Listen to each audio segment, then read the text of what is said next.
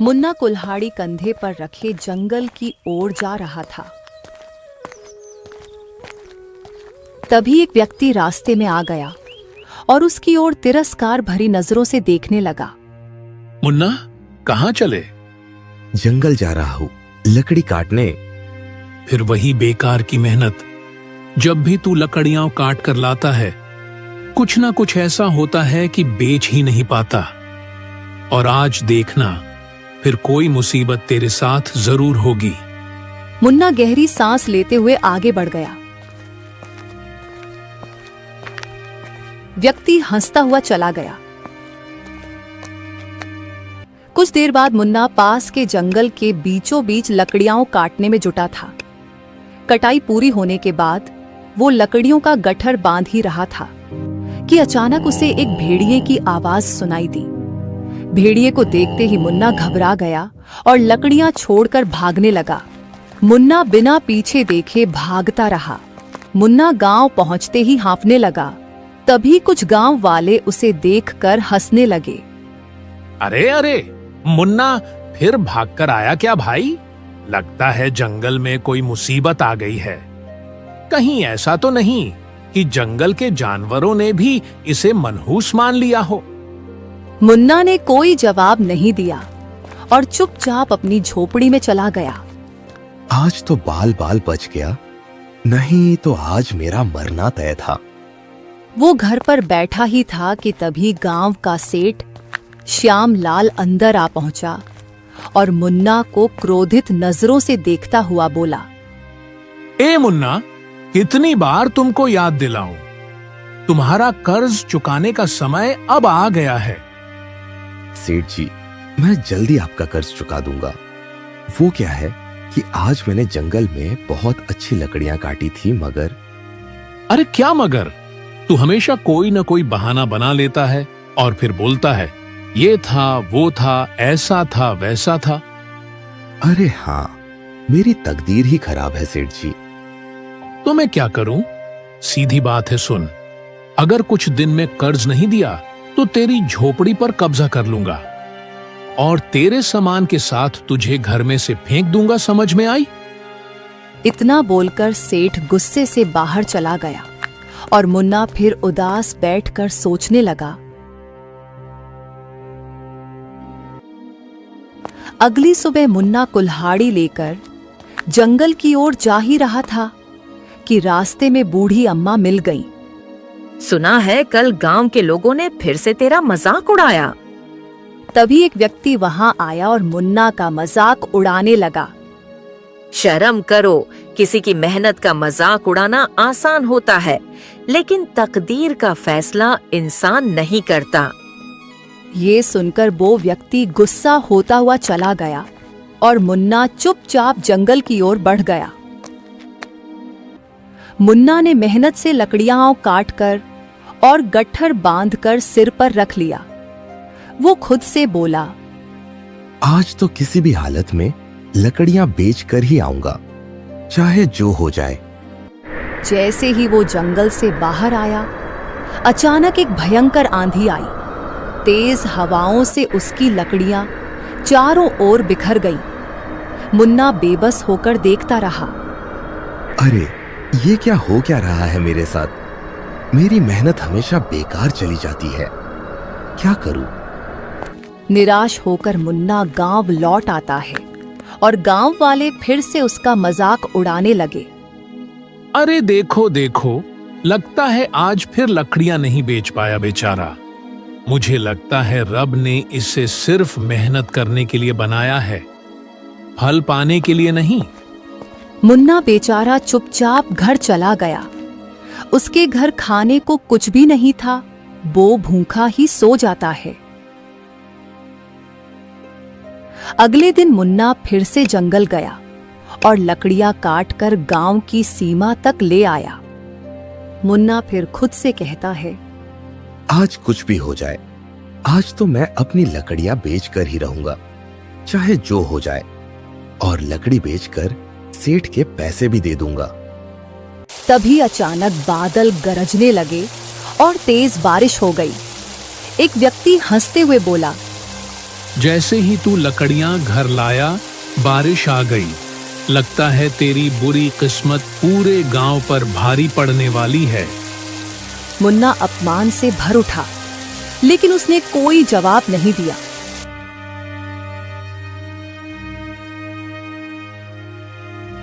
अगले दिन मुन्ना फिर जंगल जाने के लिए तैयार खड़ा था।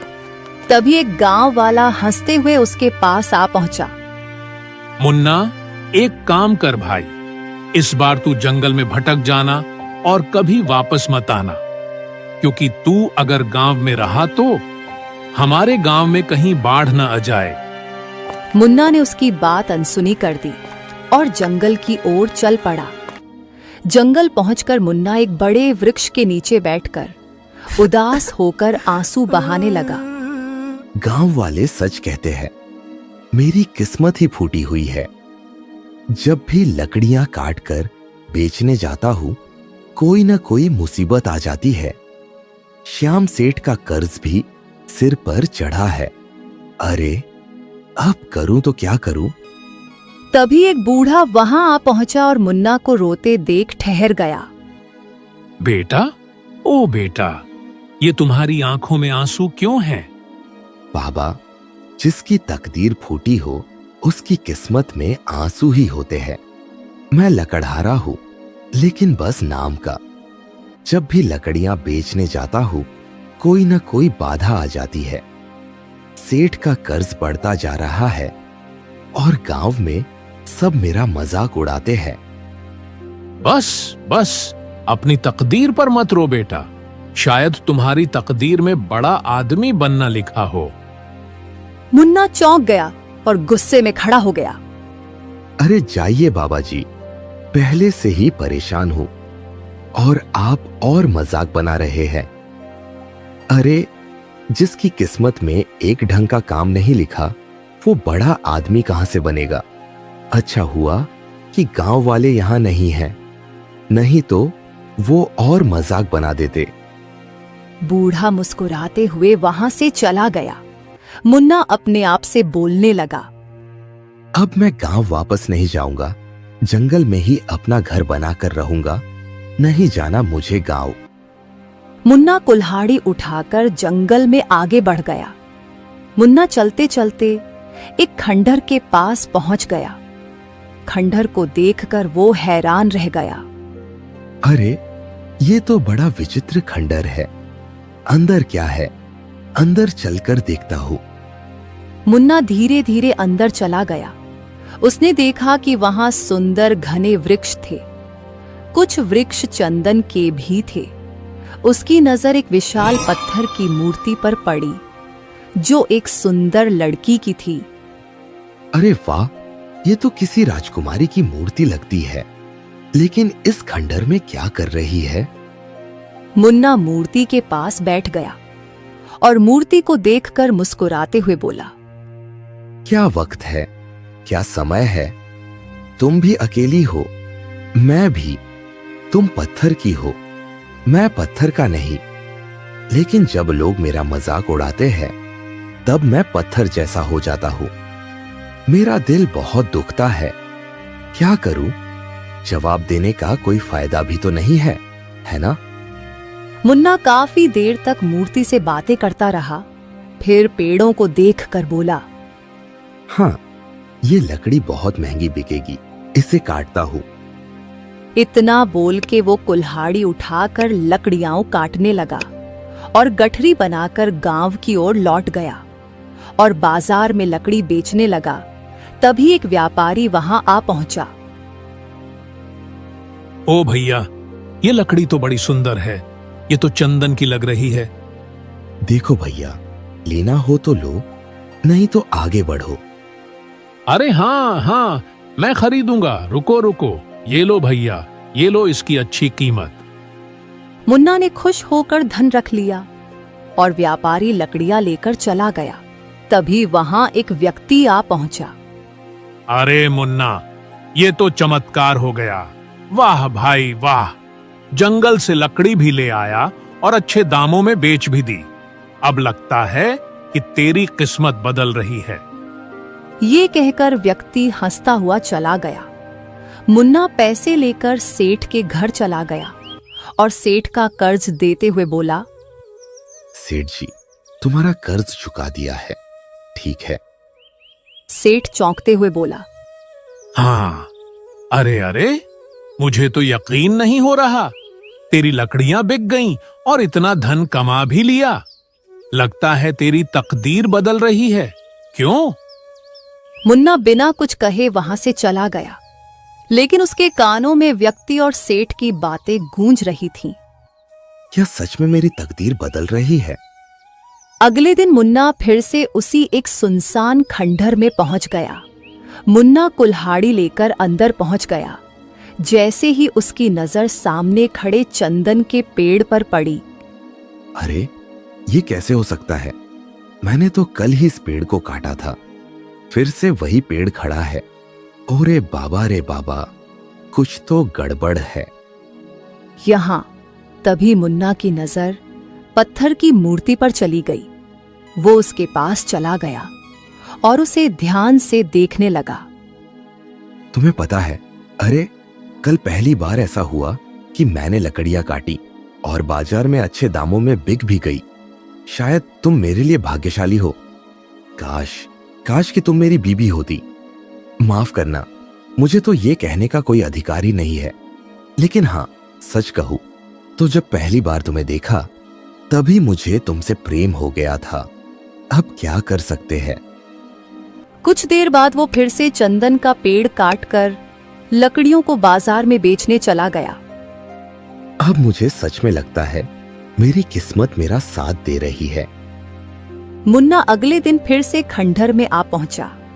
उसने देखा कि पेड़ फिर से उग चुका था। ओरे बाबा रे, फिर से वही पेड़। ओरे बाप रे बाप, ये तो जरूर कोई जादू लग रहा है। मुझे लगता है ये हवेली जादुई हवेली है। इतना बोलकर वो मुस्कुराते हुए मूर्ति के पास उसके सामने बैठ गया। तुम बहुत ही रहस्यमय हो, लेकिन न जाने क्यों तुम्हें देखकर मेरा मन हल्का हो जाता है। शायद इस खंडर की वीरानी तुम्हारी वजह से कम हो गई है। बहुत दिन बीत जाते हैं। मुन्ना हर रोज खंडर में जाकर मूर्ति से बातें करने लगा और चंदन की लकड़ियों को बाजार में बेचने लगा। उसकी किस्मत चमकने लगी। जो लोग मुन्ना का मजाक उड़ाते थे, अब वही मुन्ना का सम्मान करने लगे। एक दिन मुन्ना मूर्ति के पास बैठकर गहरी सांस लेते हुए उससे बोला, तुम मेरी साथी बन गई हो। तुम्हें देखे बिना मेरा दिन नहीं कटता है। काश तुम पत्थर की नहीं बल्कि जीवित होती। मुन्ना ने इतना कहा ही था कि तभी पत्थर की मूर्ति से एक सुरीली आवाज मुन्ना के कानों में टकराई। मैं कब से तुम्हारी बातें सुन रही थी मुन्ना। तुम्हारी सच्चाई ने मेरे अंदर की आत्मा को जगा दिया है। अब मैं तुमसे बात कर सकती हूँ। पत्थर की मूर्ति को बात करते हुए देखकर मुन्ना घबराकर इधर उधर देखने लगा। तुम चौंको मत मुन्ना, ये सच है। ऐसा लगता है जैसे मैं फिर से जीवित हूँ। तुम विश्वास नहीं करोगे, लेकिन जब तुम चले जाते हो तो मुझे बहुत बुरा लगता है। मैं हर रोज तुम्हारे आने का इंतजार करती हूँ। मेरा बिल्कुल भी मन नहीं लगता है। अच्छा, और तुम्हारे श्राप का अंत कैसे हो सकता है? मेरा श्राप केवल वही व्यक्ति तोड़ सकता है जो पहाड़ों पर रहने वाली बकरी को वहां रहने वाले दानव से छुड़ा कर लाएगा। इस श्राप का उस बकरी से क्या लेना देना है? बहुत समय पहले मेरी वजह से वो बकरी उस दानव ने पकड़ ली और आने वाली अमावस की रात को वो दानव उस बकरी को मार डालेगा, जिससे उस दानव की शक्ति और बढ़ जाएगी। लेकिन तुम पत्थर कैसे बनी? ये सब होता देख एक बूढ़े ने मुझे बद्दुआ दी थी कि जब तक ये बकरी आजाद नहीं होगी तुम पत्थर की रहोगी। उसकी बद्दुआ से रब ने मुझे ऐसा कर दिया। ठीक है, मैं तुम्हारे लिए वो सब करूंगा जिससे तुम ठीक हो जाओ। पर मुन्ना, वो दानव बहुत खतरनाक है। तुम्हें छुपकर उस बकरी को यहाँ लाना होगा। ठीक है, मैं उस बकरी को यहाँ जरूर लाऊंगा। मुन्ना वहां से चला जाता है। पहाड़ पर एक बहुत ही खतरनाक दानव रहता था। मुन्ना पहाड़ों की तरफ पहुंच जाता है। कुछ देर तक चलने पर मुन्ना उस गुफा के पास पहुंच जाता है। पहले मुझे देखना होगा कहीं दानव जगा हुआ तो नहीं है। मुन्ना चुपके से गुफा के अंदर देखता है। वो देखता है दानव सो रहा होता है। मुन्ना यह देखकर अंदर जाता है। उसको बकरी दिख जाती है। वो चुपके से बकरी के पास जाता है और बकरी को बाहर ले आता है। फिर मुन्ना उस पत्थर की मूर्ति के पास पहुंच जाता है। देखो, मैं इस बकरी को ले आया हूँ। तभी वो मूर्ति एक सुंदर लड़की के रूप में आ जाती है। वाह, तुम तो ठीक हो गई हो। हाँ मुन्ना, तुम्हारी वजह से मैं बिल्कुल ठीक हो गई। मेरी एक गलती ने मुझसे मेरा सब कुछ छीन लिया। अब मेरा तुम्हारे अलावा कोई नहीं। क्या तुम मुझसे शादी करना चाहते हो? हाँ, जरूर। पर मैं बहुत गरीब हूँ और मेरी किस्मत भी बहुत खराब है। तुम मेरे साथ नहीं रह पाओगी। तभी वो पास खड़ी बकरी बोल पड़ती है। तुमने मुझे उस दानव की कैद से छुड़ाया। मैं बोलने वाली बकरी हूँ और मैं एक समय में 1 महीने की बराबर दूध देती हूँ। ये सब सुनकर मुन्ना और मुन्नी चौंके रह जाते हैं। वाह, तुम तो बोलने वाली बकरी हो। ठीक है, हम तुम्हें हमेशा अपने साथ ही पालेंगे। उसके बाद ईमानदार मुन्ना का जीवन बहुत अच्छा हो जाता है और वो अपनी पत्नी और अपनी बकरी के साथ खुशी खुशी रहने लग जाता है। प्यारे दोस्तों, हमारा टाइम कितना भी बुरा हो लेकिन हमें कभी हिम्मत नहीं हारनी चाहिए और अपना काम हमेशा मेहनत से करना चाहिए। प्यारे दोस्तों, इस कहानी को लाइक, कमेंट और चैनल को सब्सक्राइब करना बिल्कुल ना भूलें। Thank you.